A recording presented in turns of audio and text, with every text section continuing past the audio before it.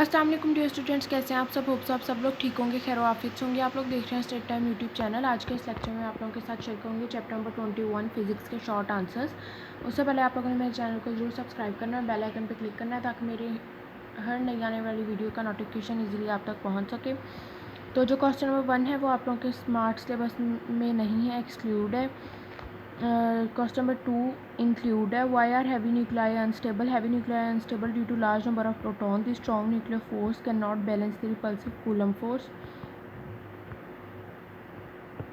which comes into play due to increase in size. Question number 3, if a nucleus has a half-life of 1 year, does this mean that it will be completely decayed for after 2 years? Not, it will not decay completely after 2 years. Only 75% of material will be decayed. It is to be noted that radioactive material does not decay completely even after n half-lives. What fraction of radioactive sample decay after 2 half-lives have elapsed?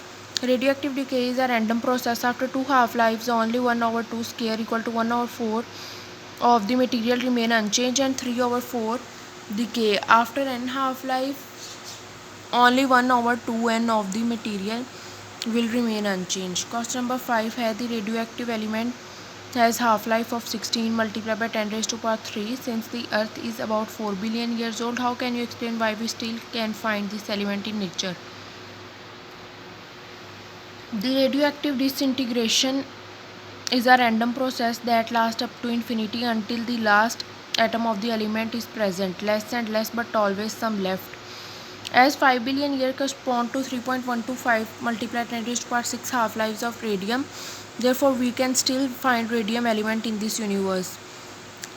Brief note on interaction of various type of radiation with matter. Alpha radiation is a helium nuclei. When an alpha particle passes through a gas, it interacts with the atom of the gas and ionize them as its mass is comparatively more than beta and gamma, so it has less penetrating power. Each ionization by an alpha particle produces ion, and an average of about 3.5 electron volt energy is used to produce one ion pair. The range of alpha particle is around 7 cm and it can be stopped by a thick paper. Alpha particles are capable of producing fluorescence in zinc sulfide and barium platinocyanide. उसके बाद हमारे पास beta radiations हैं और gamma radiations हैं, इनकी भी properties लिख देनी है। क्वेश्चन नंबर 7 है explain how alpha and beta may ionise atom without directly hitting the electrons. What is the difference in the action of two particles for producing ionization? तो इनमें हमने डिफरेंस बता देना है। क्वेश्चन नंबर 8 है particle which produce more ionisation is less penetrating why interacts strongly with the matter and loses its energy in a short distance and then comes to rest soon. That's why it is less penetrating. Question number 9 है what information is revealed by length and shape of the track of an incident particle in Wilson cloud chamber? तो इसमें हमने diagrams बता देनी है और answer दे देना है। आगे क्वेश्चन नंबर 10 है, ये मैं आप लोगों के साथ शेयर कर रही हूँ, आप लोग देख लें। कोई इशू है, कुछ समझ नहीं आ रही तो आप लोग कमेंट सेक्शन में पूछ सकते हैं। यहाँ पे हमने एडवांटेज और डिसएडवांटेज लिखे हैं न्यूक्लियर पावर रिएक्शन के। टर्म क्रिटिकल मैस को हमने डिस्क्राइब किया है क्वेश्चन नंबर 12 में। यहाँ फ्यूल पावर रिएक्टर के एडवांटेजेस और डिसएडवांटेजेस हैं,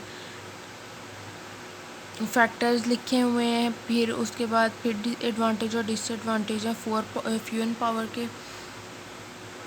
बैकग्राउंड रेडिएशन की डेफिनेशन है और इसके 2 सोर्सेज हैं।